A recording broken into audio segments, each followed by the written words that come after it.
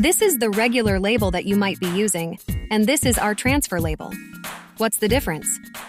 Regular labels require you to print your design content on a piece of paper or film and then attach it to the product. This is how it works on the product, which could be this, or this. You might think it looks fine, right? But what if we remove this film? Does it feel different immediately?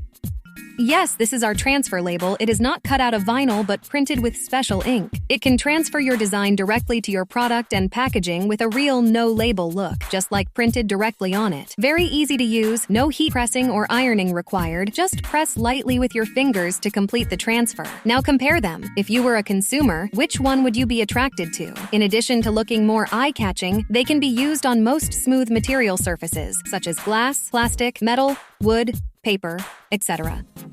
Therefore, they are being widely used in candles, food, personal care, electronic products, gifts, and other industries. A good packaging can help you earn more 5-star reviews and more sales. That's why more and more customers are choosing our UV transfer labels instead of regular labels. Click the button below the video to go to our website to see what changes our transfer labels can bring to your products. Trust me, sometimes a small attempt may make a big difference in your business.